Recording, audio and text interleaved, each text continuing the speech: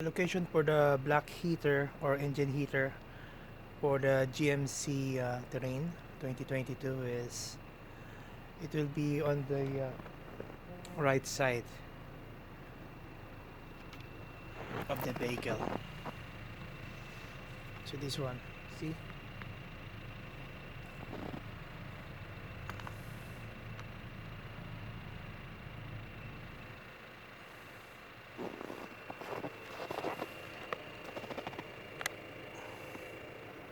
It's gonna remove the cover.